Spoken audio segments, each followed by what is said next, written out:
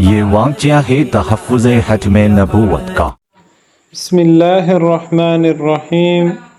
اللہ کے حمد و ثنا کے بعد آئیے آج ہم تاریخ اسلام کے ایک ایسے باب کی طرف چلتے ہیں جو ہمیشہ کے لیے امت مسلمہ کو ایک واضح پیغام دیتا ہے کہ نبوت کا دروازہ حضرت محمد صلی اللہ علیہ وسلم پر بند ہو چکا ہے، اور جو اس کے خلاف دعویٰ کرے گا اس کا انجام ذلت و رسوائی کے سوا کچھ نہیں ہوگا۔ مکہ مکرمہ اور مدینہ منورہ کے فضاؤں میں جب اسلام اپنی روشنی پھیلا رہا تھا، اسی دوران یمامہ کے علاقے میں ایک بدبخت شخص ابھرا۔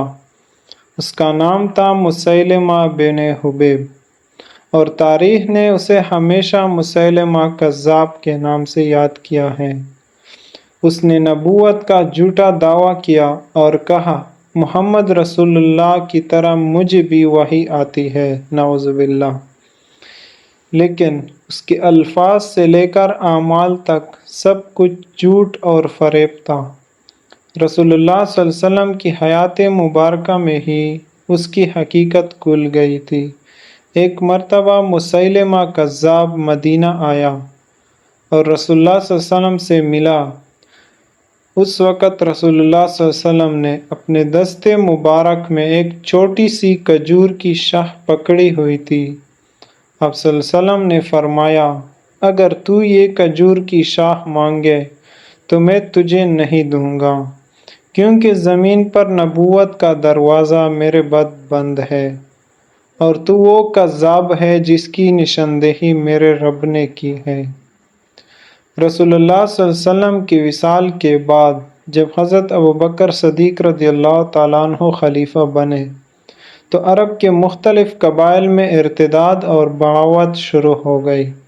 سب سے بڑا فتنہ یہی مسیلمہ کذاب تھا، جس نے یمامہ میں ہزاروں لوگوں کو اپنے پیچھے لگا لیا تھا۔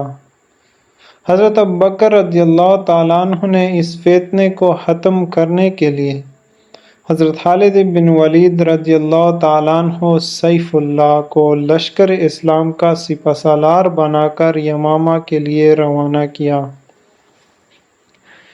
ادھر مسیلمہ نے بھی ایک بڑا لشکر جمع کر لیا تھا۔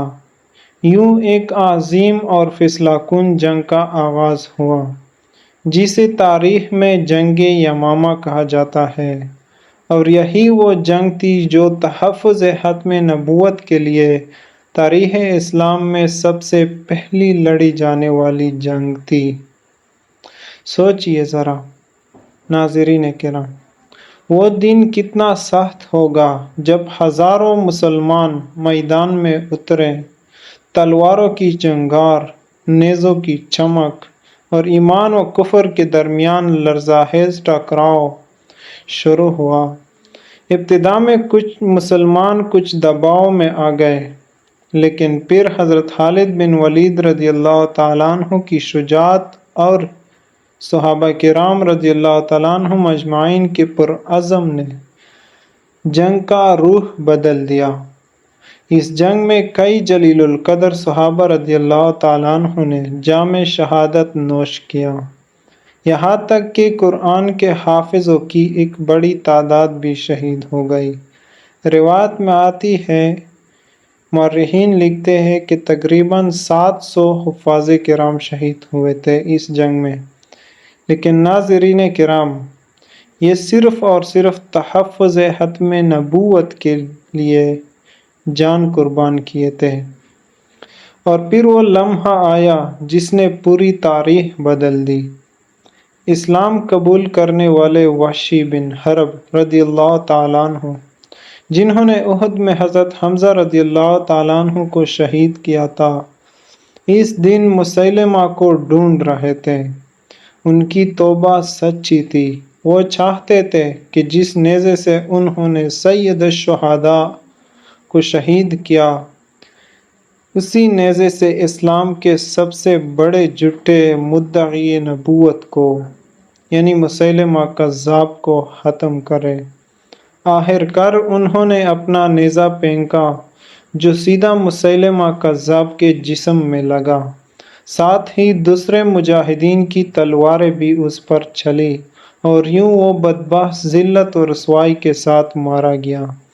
جنگ یمامہ کا میدان خون سے سرخ تھا، لیکن مسلمانوں کی آنکھوں میں سکون تھا، کیونکہ آج فتنہ ختم ہو گیا تھا اور ختم نبوت کی حفاظت کا اعلان ہو چکا تھا۔ حضرت ابوبکر صدیق رضی اللہ تعالیٰ عنہ نے فرمایا، یہ قربانی امت کو یہ سبق دینے کے لیے کافی ہے کہ نبوت کا دروازہ ہمیشہ کے لیے بند ہے۔ محمد صلی اللہ علیہ وسلم اللہ کے آخری نبی ہے، اور جو اس کے خلاف دعویٰ کرے گا وہ مسیلمہ کذاب کی طرح برباد ہوگا۔ ناظرین کرام، یہ واقعہ ہمیں بتاتا ہے کہ اسلام صرف ایمان اور قربانی سے قائم ہے۔